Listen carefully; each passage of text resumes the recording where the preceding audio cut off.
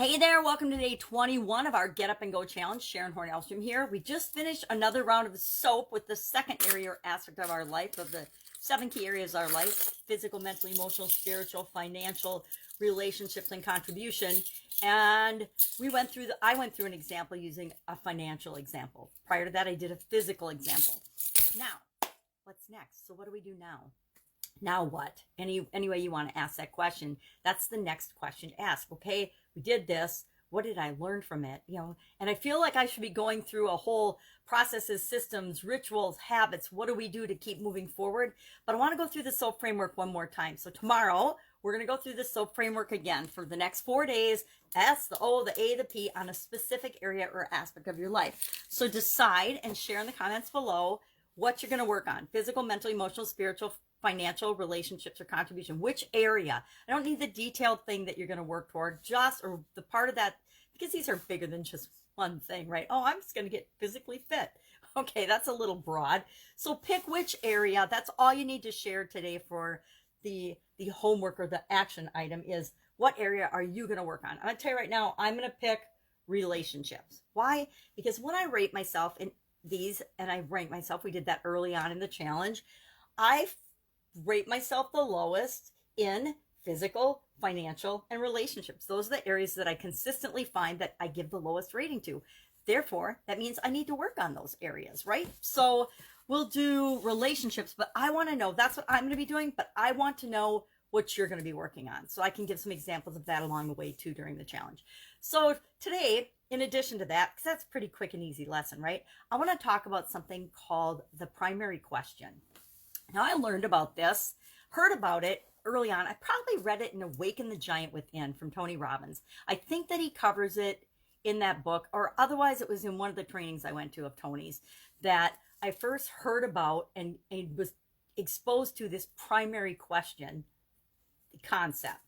And I thought it was interesting, and I listened, and like so many things we hear and we learn, I thought it was interesting, and then I left that training or stopped reading the book and went about my merry way and about my life and totally forgot about the primary question. Until 2010, I woke up in the hospital after being in a coma following a sudden cardiac arrest, and the first words out of my mouth were WTF. Now, if you don't know what WTF stands for, direct message me, but most of us know at this point what WTF stands for. But literally, out of my breathing tube, raspy throat, scratchy voice, that is the first phrase that came out of my mouth.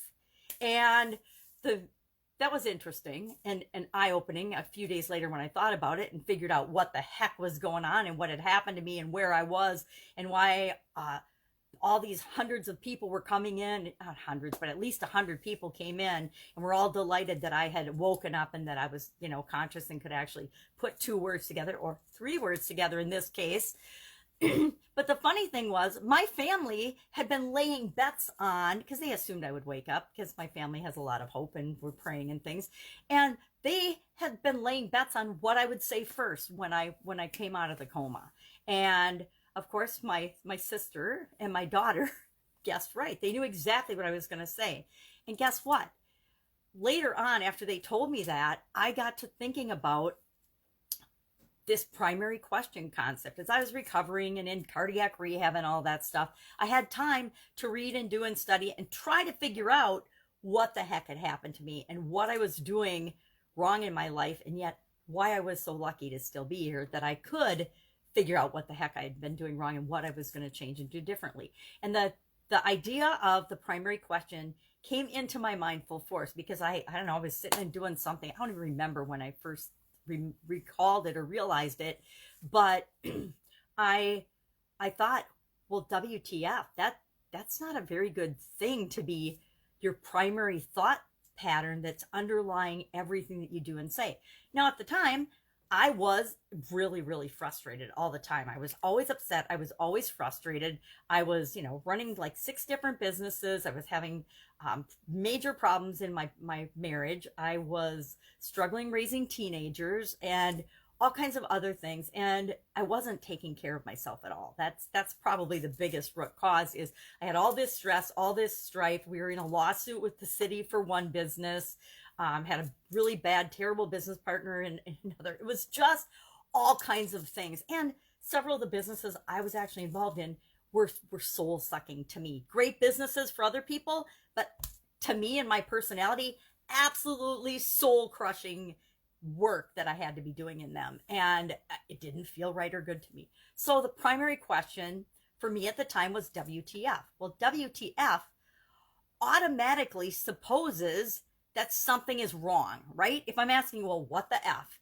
It's because I'm judging already that something is different than it should be or than different than it is right now. So I'm automatically putting myself into frustration. And this became a cycle for me. I don't remember when that became my primary question, when I started asking that all the time subconsciously, but everyone in my family knew I was doing it all the time. I just I wasn't consciously aware of that was my primary driving question. So how do we know what our primary driving question is if we don't consciously know it? If we're operating, it's like our beliefs. We operate automatically based on our beliefs. And most of the beliefs that we formed before we were 7 years old. Now, I didn't believe this until about a week ago. I was on a call. Don't even know how I ended up on the call, but I was on this call and the lady was doing like channeling and reading and you know, I guess she's like Esther Hicks or something, and she has a direct channel to higher beings. And I've never met her. She's never met me. Never been on a call like that before. I still don't even know how I ended up there. But she said, well, type in a question that you would like an answer to. So I typed in a question, and I thought maybe as she was doing other people that she would skip over me because she doesn't know me and she's never met me. And the first thing she said was, I don't think we've ever met, Sharon, but let's talk about this. Let me see what comes up. And she was dead nuts on. And I mean, scary dead nuts on, but she referred to something that happened when I was between age 3 and 5, which I've touched on in my mind before, but pretty much ignored. It wasn't a huge traumatic thing, but to a 3 or to 5-year-old, it was a huge traumatic thing. And it wasn't about other people, but I formed a belief about myself at that time, at that age, that has impacted me the entirety of my life until last week when I started thinking about it and addressing it and finding ways to actually work on that and let that go and realize, oh my gosh, here I think I'm so different than everybody else, and that because we all think we're different than everybody else, right? And I didn't really believe that we formed our core beliefs before we were 7 years old. And I guess there's lots of scientists and psychologists and people smarter than me that have said that, yet I personally didn't believe it and internalize it until last week when this example was right in my face. Somebody I've never met before, don't know, that said, this is when this happened. And and it was really eye-opening and very enlightening. So primary question, we don't know where they come from and how they exactly form, but we're always operating on one. We're operating on our beliefs automatically. We're operating on this primary question automatically.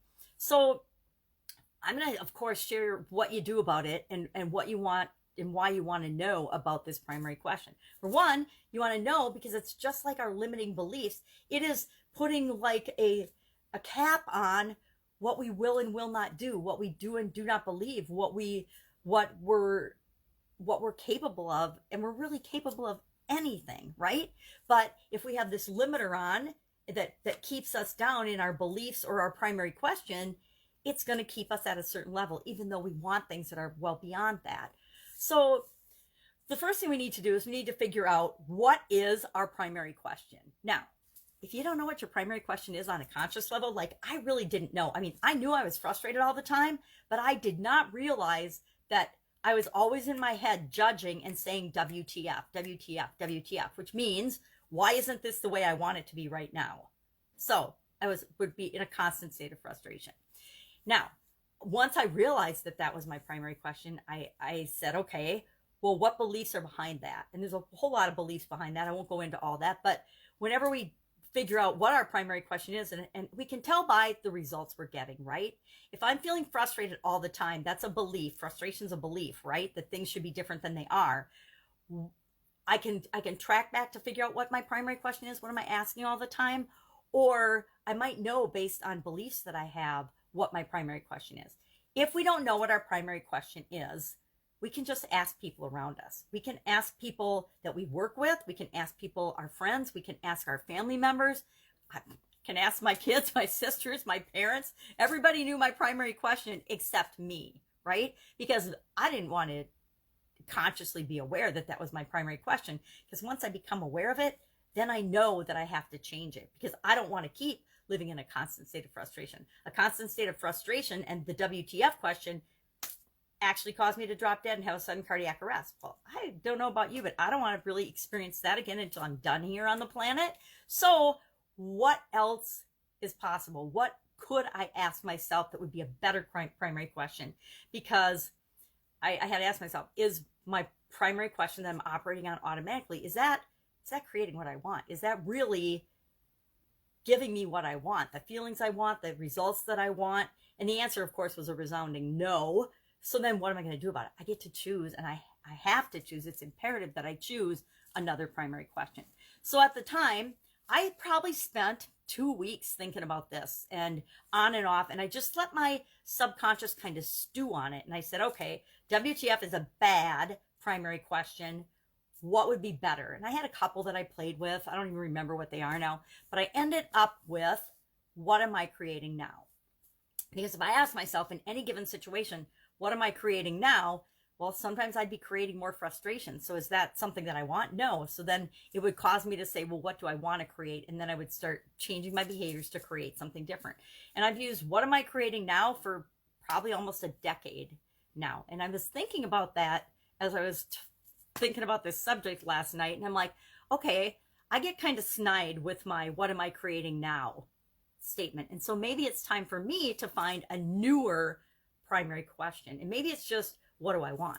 What do I want? What do I want? What do I intend? What do I want from this situation? I don't know exactly what it is, but I'll come up with one as part of this exercise too. So what are some primary questions that people have that they might not even know about it? I think probably one of the most popular ones is, what's in it for me? WIIFM. That can be both a good and a bad primary question, right? It can be good if it's supporting you, and if it's driving you to create what you want and get what you want. It can be bad if you're using it to be selfish and take advantage of other people and to win at all costs, etc. So WIIFM, what's in it for me, which we talked about, I believe, earlier in the challenge. It's an important question, but is it the best primary driving question for you? Only you can answer that. What are some others? There's a lot of negative primary questions, and I think we get these when we're kids, a lot of them, and that's where I'm starting to believe this, okay, maybe there's a lot to this before we're 7-year-old thing. What will they think of me? What if they don't like me? Who am I to blank? Who am I to write a book? Who am I to have a challenge? Who am I to do live video? Who am I to have my own company? Who am I to get a new job? Who am I to be married? Who am I to be whatever, fill in the blank? If it's something that's moving you in the direction you want to go, then it's a good primary question. If it's a question that can be used to keep you down or limit you, probably not a great question. WTF I put on the list, of course. I'm going to sneak and grab this so I can look at the list. Let's see. I don't have that good of a memory. So what are some other examples of primary questions? Why am I such a blank or an blank? Why am I so stupid? Why am I such an idiot? Why do I always do that? Why does this always happen to me? Why am I so fat? Why am I so ugly? Why am I so shy? Why am I so scared? Why am I so small? Why am I so mean? Why am I so whatever? Why am I so angry? Some people actually have a primary question that keeps them angry all the time. Heck, I had one that kept me frustrated all the time. Why am I not good enough? Why am I invisible? How come life is so easy for others and hard for me? Life isn't fair. I think did we talk about life isn't fair? If we didn't, I'll make sure we talk about life isn't fair. WTF, that was mine. I can't do anything right, or why can't I do anything right? Here's one. Why am I such a klutz? Why am I so uncoordinated? I'm choking up because I still ask myself that one. That's a primary question I need to get rid of.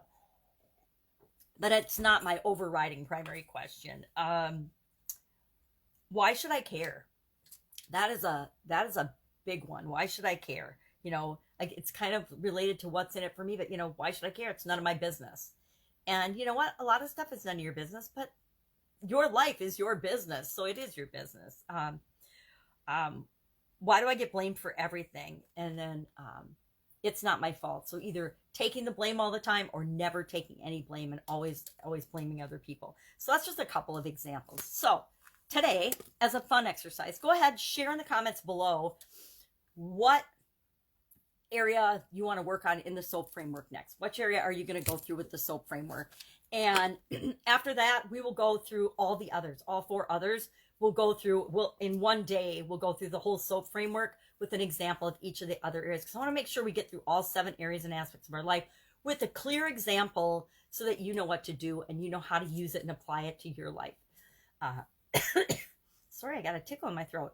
So I also want you to start thinking about this primary question. I don't expect you to figure out you could probably figure out what your primary question is today, but I don't expect you to analyze and decide if that's a good one for you or not and then come up with another one yet.